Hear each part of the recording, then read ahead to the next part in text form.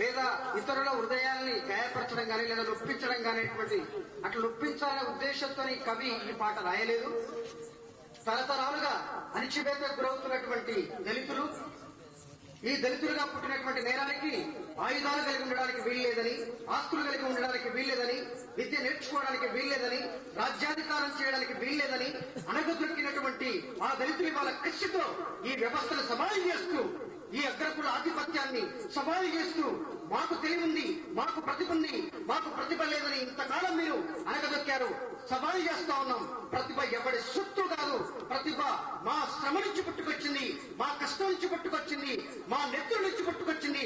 ఆ ప్రతిభ గురించి మేము చెప్తామని ఆ కవి ఈ పాట ద్వారా తన సందేశాన్ని ఇచ్చాడు. అందుకని ఈ పాటలో ఉన్నటువంటి సారాన్ని అర్థం చేసుకోవడానికి ప్రయత్నం చేయాలని చెబుతూ ఇప్పుడు ఈ పాట పాడి వినిపిస్తుంది. చాకలోడిగా పుట్టినటువంటి నేరానికి వాడు చదువుకోవడానికి వీల్లేదని, వాడు చదువుకొని ఉద్యోగం చేస్తే మా బట్టలు ఉడుచుకోవాలని ఇవాళ దొరలంటా ఉన్నారు. మాలామాదిగలుగా పుట్టినటువంటి నేరానికి వాడు చదువుకొని వాడు మాలామాదిగలు ఉద్యోగం చేస్తే మాకు చెప్పులోడు కుట్టాలి, మాకు జీతగాడిగా ఎవడుండాలి, మాకు భూములోడు తున్నాలి, మాకు సేవలోడు చేసి పెట్టాలి, అందుకని వాడు చదువుకోవడానికి వీల్లేదని మాట్లాడుతూ ఉన్నారు. వాడు చదువుకొని ఉద్యోగం చేయడానికి ముందుకొస్తే వారికి తెలివి లేదని మాట్లాడుతూ ఉన్నారు. అందుకనే తెలివి ఎవరికుందో ఈ పాట ద్వారా నేను వినిపిస్తాను.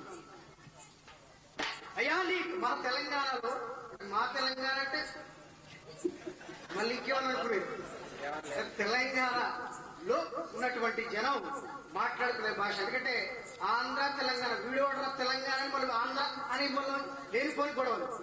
అందుకని ఒక ప్రాంతానికి సంబంధించినటువంటి పేరుగా మాత్రమే నేను మాట్లాడుతూ ఉన్నాను. మా తెలంగాణలో మామూలు మాలామాదిగా చాకలి, మంగలి, కుమ్మరి వీళ్ళందరూ దొరలు ఎదురుగా రాగానే అయ్యా నీ కాల్ముక్త బాధ్యం దొర అంటారు. ఇవాళ కూడా అయ్యా నీ బాధ్యం.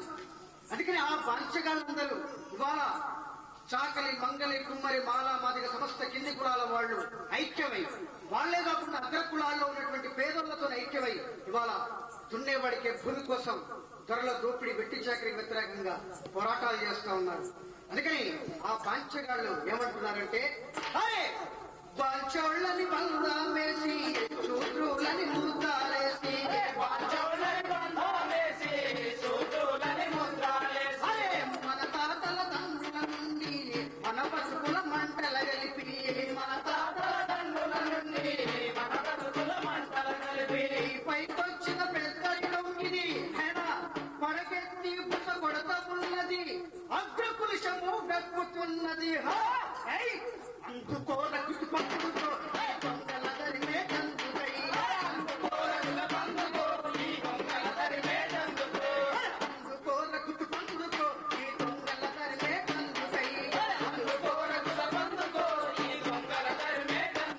మన చాకలం ఏమంటున్నది అంటే, మాగితో పుట్టినోని మల్లె పూలిక చేసి,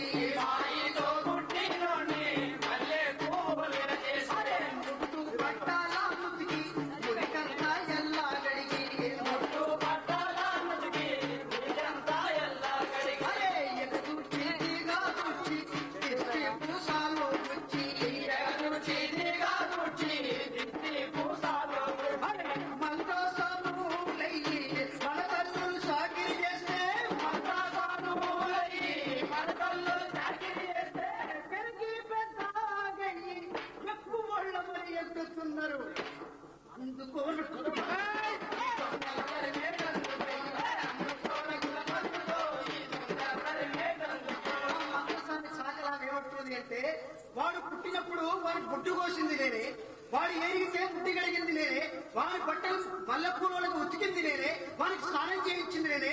ఇన్ని పనులు చేసి వాడిని ఎర్రగా బుర్రగా చేస్తే వాడు పెద్దోడై ఏం చదువుదా, నీ కొడుకు తెలియలేదు, నీ కొడుకు చదువుకోవడానికి వీల్లేదని ఇవాళ మాట్లాడుతూ ఉన్నాడు. వాడు పుట్టినప్పుడే గనక ఆ మాట గనక అనుకుంటే కష్టకుల బొట్టు కుసితే బుట్టుకుమని చచ్చినోడు కదా అని ఆ చాకలామంటాడు. కానీ ఆ చాకలామ మద్రసాని ఆ పని చేయాలి.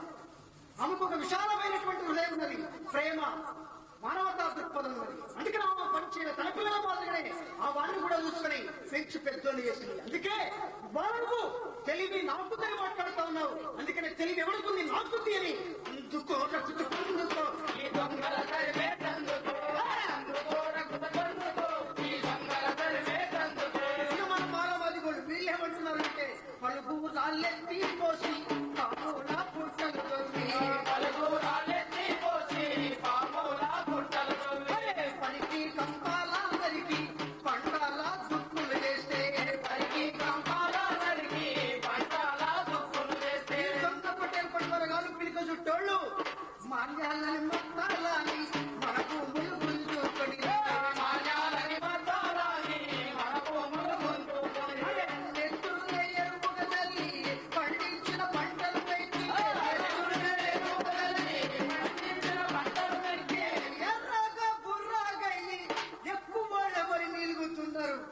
మాలమాదిగా ఉంటారు. ఆ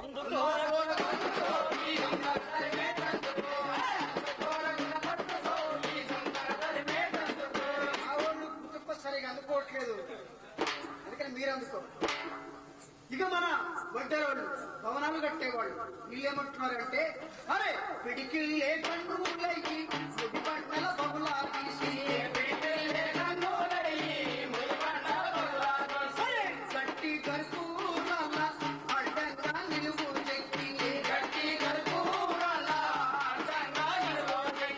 కాలిన మనెత్తులు పోసి మెరిసేటి రంగులు వేసి ఎండిన మన ఎముకలు తెచ్చి అంతస్తుల మేడలు పెడితే సగబండి సోమరిపోతులే ప్రతిభగల్ల మొనగల్లయ్యిండ్రు. మనం మీరు కనుక హైదరాబాద్కి వస్తే ఆ జుబ్లీ హిల్స్ లో, బంజారా హిల్స్ లో, ఎత్తు కొండలలో, అందమైనటువంటి మేడలలో మంచిగా air condition, air cool room లో పడుకొని మాకు తెలివి ఉందని మాట్లాడుతూ ఉన్నారు. కానీ ఆ మేడలు మిద్దెలు కట్టినటువంటి ఆ బొడ్డరోడికి మాత్రం వాడికి తెలివి లేదు, వాడు చదువుకోవడానికి వీల్లేదని మాట్లాడుతూ ఉన్నారు. అందుకనే ఆ బొడ్డరాయన ఏమంటున్నాడు,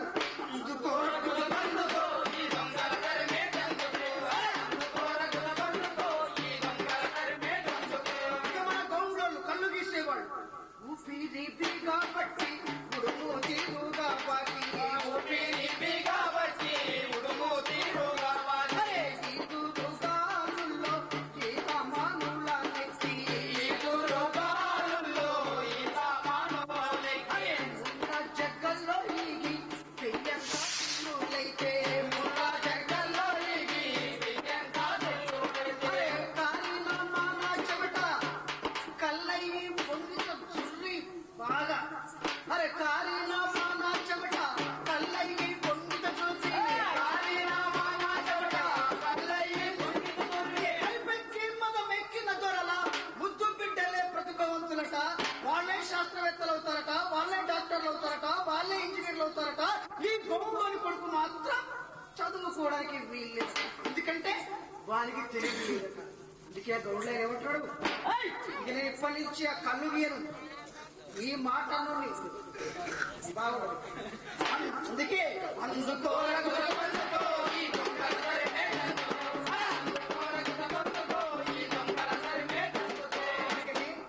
ఈ తెలివి అనేది మీ సొత్తుగా, ఎవరైతే మాకే తెలివి ఉందంటున్నారో వాళ్ళ సొత్తుగా. అందుకనే ఈ తెలివి ఎక్కడి నుంచి వచ్చింది అనేది ఇక దళితులు అంటా ఉన్నారు.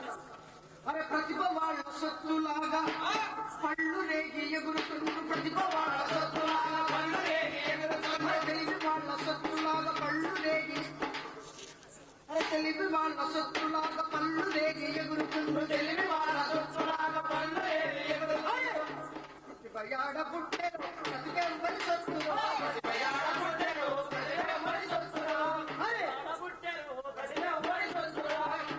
అరే నల్ల రేగాడి భూమి నలిగేటట్టు దుక్కి దున్ని, నల్ల రేగాడి భూమి నలిగేటట్టు దుక్కి దున్ని, సత్తాది సాలు తీసి మొక్కలేస్తే ప్రతిభ లేదా. ఒక్కసారి ఈ తెల్ల బట్టల దొరల్ని ఆ బురద పొలంలోకి వెళ్ళి ఆ బురద నాగలి పట్టుకుని ఐదో అనే గుణమని చూద్దాం. మాకు ఇవాళ కాలేజీలలో మార్కులు ఎక్కువ వచ్చినాయి కాబట్టి, ఆ మార్కులు ఎక్కువ వచ్చినాయి కాబట్టి ఇంజనీరింగ్ సీటు మావే, డాక్టర్ సీటు మావే అంటా ఉన్నారు. కానీ ఇవాళ కబడ్డీ పోటీలు పెడతా ఉన్నాం, మనం వాలీబాల్ పోటీలు పెడతా ఉన్నాం గ్రామాల్లో. కానీ మనం పోటీలు పెడదాం, ఎవరికి ఎక్కువ మార్కులు వస్తాయి? ఏమమ్మా, ఎవరికి ఎక్కువ వస్తాయి? మన ఏ సోపుకి వస్తాయా, మన గుడ్డు వందనానికి వస్తాయా, మన రమేష్కి వస్తాయా, లేదా మన కొండర్ల అనిల్ కుమార్కి వస్తాయి? ఎవరికి వస్తాయి మార్కులు? భూమి దున్నడంలో పోటీలు పెడితే మనకు వస్తాయి, దళితులకు వస్తాయి. కానీ మరి దున్నేవాడికి భూమి ఇవ్వాలా, ఎందుకంటే మనకి ఇక్కడ మార్కులు ఎక్కువ వస్తాయి. కానీ కాలేజీలలో మాకు మార్కులు ఎక్కువ వచ్చినాయి కాబట్టి, ఒక్క మార్కు ఎక్కువ వచ్చింది, 10 మార్కులు ఎక్కువ వచ్చినాయి కాబట్టి అక్కడ సీట్లు మాగొట్టున్నారు. మరి భూములు దున్నడంలో పోటీలు పెడితే మనకు మార్కులు ఎక్కువ వస్తాయి కాబట్టి దున్నేవాడికే భూములు మనకి ఇవ్వాలా. కానీ ఇవాళ 100,000 ఎకరాల భూములు ఇవాళ భూస్వాముల చేతుల్లో ఉంది. హైదరాబాద్ లో మనం బయలుదేరితే కృష్ణా ఎక్స్ప్రెస్ ఎక్కినట ఇది వరంగల్ దాటిన తర్వాత డోర్నకల్ రైల్వే స్టేషన్ వస్తుంది. ఆ డోర్నకల్ రైల్వే స్టేషన్ నుంచి ఆ రైలులో ప్రయాణం చేస్తే ఒకటి భూమిలో ఆ రైలు 16 నిమిషాలు ప్రయాణం చేస్తుందట. మరి ఎంత భూమి ఉంది అర్థం చేసుకోవాలి. అందుకని ఇవాళ ఒక్కొక్క లెక్కల్ని చెప్పగలుగుతాం మనం. వరంగల్ జిల్లాలో తుంగతుర్తి వెంకట శాస్త్రి అనేటువంటి వాడికి, వెంకటాపురంలో తుంగతుర్తి కృష్ణ శాస్త్రి అనేటువంటి వాడికి 13,000 ఎకరాల భూమి ఉంది. కుక్క పేరు మీద, నక్క పేరు మీద, ఉంచుకున్న పేరు మీద, ఎల్లిగారి పేరు మీద, మల్లిగారి పేరు మీద, ఇట్లా బినామీ పేర్ల మీద ఇవాళకి 1,000 ఎకరాల భూములు వాళ్ళ చేతుల్లో భూ సంస్కరణ చట్టం తెచ్చాం. ఇక భూములు పంచుతాం, భూములు ఇస్తాం, ఇక దున్నుకోండి. ఇక బ్రహ్మాండంగా అప్పుడు మసిక్కు ఇది ఇక వందే మాత్రం సీతారాం అని ఇట్లా మారుతా ఉంటాం. అందుకని ఇక్కడ మనం అర్థం చేసుకోవాలి. మరి భూములు దున్నడంలో పోటీ పెడితే ఆ భూములు మనకు వస్తాయి. కానీ వాళ్ళ భూములు ఇవ్వట్లేదు, వాళ్ళ చేతుల్లో పెట్టుకున్నారు. అందుకని వాళ్ళ దొరికి అడుగుతా ఉన్నారు. అరే నల్లారే గాడి భూమి నలిగటట్టు దుక్కి దున్ని, నల్లారే గాడి భూమి నలిగటట్టు దుక్కి, అరే సర్కారీ సాలు తీసి మొక్కలేస్తే ప్రతిభ లేదా,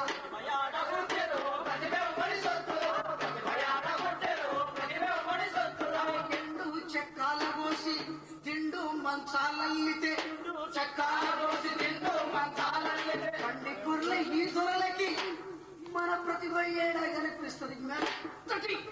పరుపుల మీద పడిపోయిన తర్వాత ఇక మన ప్రతిభ కనిపిస్తుందా, మన తెలివి కనిపిస్తుందా? అరే పండి కుర్ల ఈ దొరలకి మన ప్రతిభ ఏడా కనిపిస్తుంది.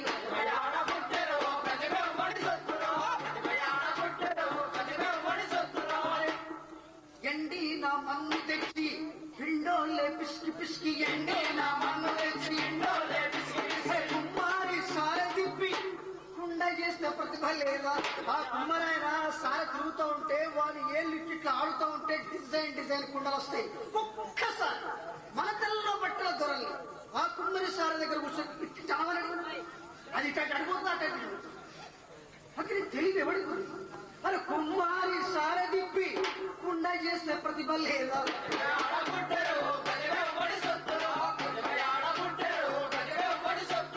కమ్మారి కొలిమి కాడ ఖాళీ బొగ్గైపోతూ, కమ్మారి కొలిమి కాడ ఖాళీ బొగ్గైపోతూ, కాల్చి అతికించి నువ్వు కర్రు చేస్తే ప్రతిభ లేదా?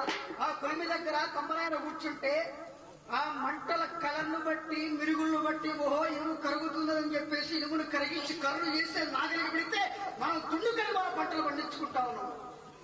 కానీ ఆ కమ్మరాయన పొలిమిలో ఏ థర్మామీటర్ పెట్టడం, అమ్మో ఇన్ని డిగ్రీ సెంటీగ్రేడ్ వరకు కరుగుతుందని ఆయన థర్మామీటర్ పెట్టి చూడడు. అక్కడ ఆ మంటల కలర్ను బట్టి ఇనుము కరుగుతుందని తెలుసుకుంటాడు. అందుకనే ఎవరికి మరి ఈ త్వరలో ఒక్కసారి ఆ పొలిమి దగ్గర వేడి దగ్గర పోయేది లేదు, అది చూసేది లేదు, పట్టుకునేది లేదు, కొట్టేది, ఇనుము అతికించేది లేదు. అరే కమ్మ కాల్చి అతికించి ఇనుప కర్రు చేస్తే ప్రతిభ లేదా?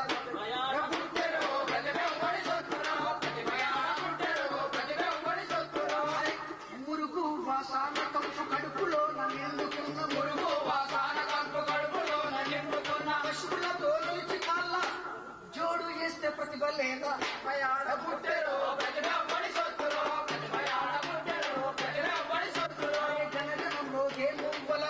గంటలలో ప్రతిభ లేదా? స్వరాలు పలుకు సన్నాయిల ప్రతిభ లేదా? శిలలకు ప్రాణం పోసే ముని శక్తిలో ప్రతిభ లేదా? మీరు హైదరాబాద్కు వస్తే ఆ సెక్రటేరియట్ దగ్గర, అంటే మంత్రులు ఉండేటువంటి ప్రాంతం, ఆ సెక్రటేరియట్ దగ్గర హుస్సేన్ సాగర్ ఉంటుంది. ఆ హుస్సేన్ సాగర్ లో మధ్యలో బ్రహ్మాండమైనటువంటి ఒక బుద్ధుని విగ్రహం పెట్టారు. ఆ బుద్ధుని విగ్రహం అది ఏకశిలా విగ్రహం. శిల్పికి మాత్రం పేరు లేదు, నాకు కీర్తి లేదు. ఎక్కడో చిన్న ఆ రాష్ట్ర మనం భూతత్వం పెడితే కనుక కాపాడదు. కానీ అక్కడ బట్టలు నొక్కినది లేదా ఆ తెచ్చి హుస్సేన్ సాగర్ పడేసినది లేదా అన్న నుంచి తీసినది లేదా అక్కడికి అక్కడ రాయి పేరు అక్కడికి చేర్చినది. రేపు మరి ఎవరు నొక్కుతారో మనది బట్ట ఆవిష్కరణ ఆయన వీళ్ళందరి పేర్లు వీళ్ళు కీర్తి ప్రతిష్టలు మాత్రమే. వాళ్ళు రేపు కనుక మన చరిత్ర పుస్తకాల్లో చదువుకుంటే ఎవడు పెట్టాడు రాకపోతే విగ్రహం ఆయన పెట్టాడని ఉంటది. అందుకని రాజుల చరిత్ర, రాణుల చరిత్ర, వాళ్ళ పురాణాల చరిత్ర, పైన కలాపాల చరిత్ర, బాబర్ గడ్డ, అక్బర్ బీకుటే మన చరిత్ర, ఈ రకంగా మనం చరిత్ర చాలా రాస్తున్నాం. కానీ వీళ్ళ అసలు ప్రజల చరిత్ర అది మాత్రం మన చరిత్ర పుస్తకాల్లో ఉంది. అందుకే ఈ శిల్పులెవ్వరో ఈ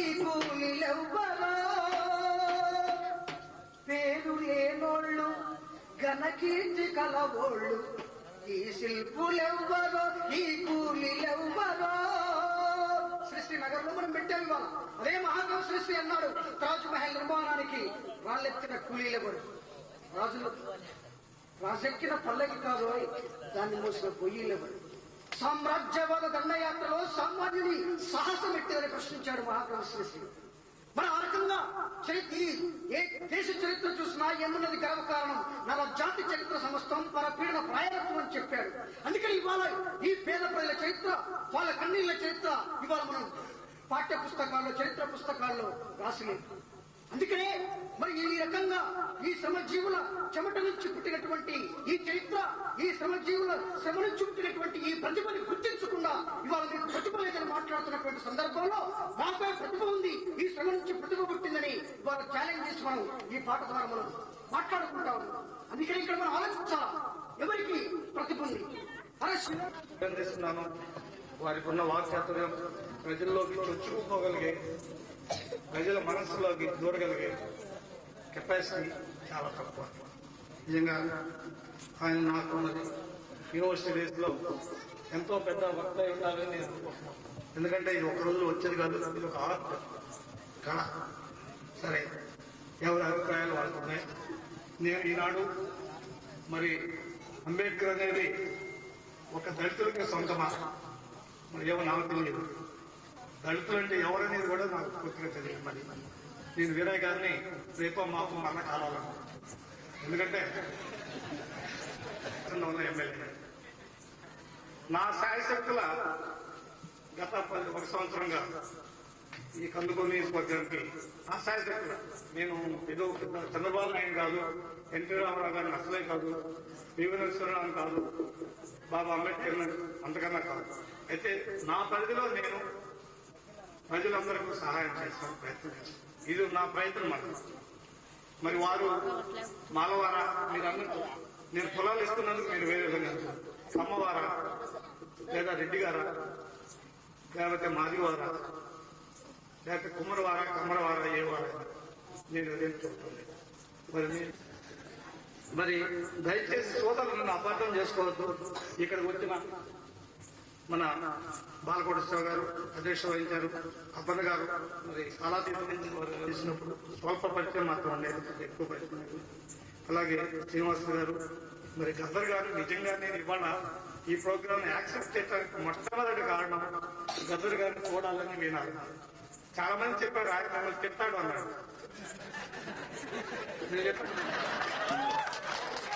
వినటానికి సొంపుగా ఉంది, పెంచినా కూడా నేను దానికి స్వాగతం చెప్తాను. ఎందుకంటే నేనేమి దేవుడిని కాదు, బాబా అంబేద్కర్ అసలే కాదు. ఎందుకంటే నా తప్పులు నాకున్నాయి, నా తప్పులు నాకు తెలియకపోవచ్చు, మీ అందరూ తెలుసు. అందుకే పరిపూర్ణ మానవుడు నేను కాదు. నా కందుకూరు వాసి విజయ్ గారు చెప్పినట్లు ఇది కుల నిర్మూలన కావాలా ముందు, తర్వాతనే వర్గ నిర్మూలన చేస్తే బాగుంటుంది. ఎందుకంటే వర్గ నిర్మూలన కోసం పోయినా కూడా అక్కడ కొనుక్కుంటున్నారు. డబ్బున్న వాళ్ళు అందరూ ఉన్నారు, ఐఏఎస్ ఆఫీసర్ నేను చూస్తున్నా హైదరాబాద్. మరి మీ అందరికి పరిచయం లేదు. మాలవాళ్ళు ఐఏఎస్ ఆఫీసర్ ఉన్నారు, మాదివారు ఐఏఎస్ ఆఫీసర్ ఉన్నారు, కమ్మోళ్ళు ఐఏఎస్ ఆఫీసర్ ఉన్నారు, రెడ్డి గారు ఐఏఎస్ ఆఫీసర్ ఉన్నారు. అదొక కులం. ఐఏఎస్ ఆఫీసర్లే పెళ్లి చేసుకుంటారు, ఏ కులమైనా కులం. ఒక మాల ఐఏఎస్ ఆఫీసర్ ఎవరు వచ్చి ఈ పల్లెటూరులో పెళ్లి చేసుకుంటుంది నాకు ఉపయోగం. నేను వాడిని తప్పు పట్టలేదు, ఎందుకంటే నా అవకాశం, నా ప్రేమ, నా సౌలభ్యం నేను చూసుకుంటాను. ఇది మన మానవుడికి సహజంగా ఉండే స్వార్థం. ఎందుకంటే నేను ఎవరిని తప్పు చెప్పలేదు, కులవృత్తులు చేయాల్సిన అవసరం లేదు. ఈనాడు అందరూ చదువుకుంటున్నారు, 10 మందికి ఇదివరకు నాటికన్నా ఈనాటికి ఆనాడు మీరు అంటున్నారు అగ్రకులాలు అగ్రకులాలు. ఎవరు ఈనాడు అగ్రకులాలు? ఆనాడు బ్రాహ్మణుల వారు ఎవరో ఆధిపత్యం చలాయించారు.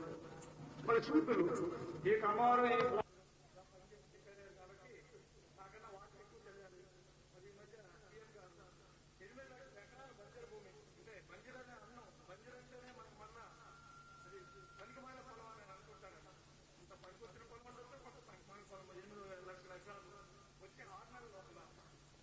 ఎవరికైతే అవసరమో, ఎవరి కోసమైతే అవి నిర్దేశించే వారికి చాలా ఆయన నిర్దేశించారు. మేము మీ వెళ్ళని చూస్తాం, మేము మీకు డైరెక్షన్ ఇస్తాం, మీ మార్గదర్శనం నిలుపుకుంటామని చెప్తే నా పరిధిలో నా ఛాయాశక్తి నా తప్పనిసరిగా అదే పరిధిలో అక్కడ చేశారు. ఎందుకంటే కొత్త మరి వారి వల్ల నాకు ఎంతో జ్ఞానం అంటే కొంత నాలెడ్జ్ నేను నేర్చుకోగలిగాను, విన్నాను.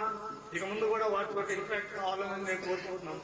ఎందుకంటే ఈ సామాజిక ఈ సమాజాన్ని ముఖ్యంగా నా కందుకూరు నియోజకవర్గాన్ని ముందుకు తీసుకోవాలని చేతులు రెండు చేతులతో నమస్కారం చేస్తున్నారు.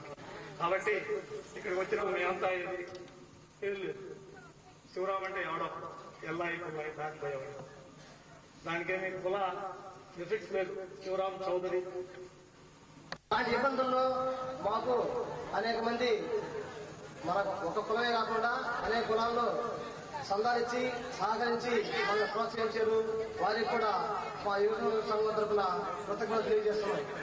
అంతేకాకుండా ఈ సమావేశానికి ఈ బహిరంగ సభకి చుట్టుపక్కల గ్రామాల నుంచి శ్రమ అనుకోకుండా వచ్చేటువంటి అన్ని యువత సంఘాలకు మరియు ఇంతసేపు ఈ సమావేశ బహిరంగ సభలో విని జీవితాలు చేసినటువంటి మన గ్రామ ప్రజలకు ఇంకా చుట్టుపక్కల గ్రామ ప్రజలకు కృతజ్ఞతలు తెలుపుతున్నాను. అయితే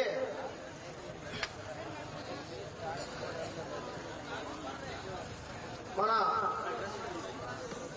అంబేద్కర్ మనకి ఎన్ని అవకాశాలు కల్పించారు, వాటిని ఎంతో వివరంగా వివరించినటువంటి మన పెద్దలందరకు మరి ఒకసారి కృతజ్ఞతలు తెలియజేస్తూ ఈ సభను ముగిస్తున్నాము.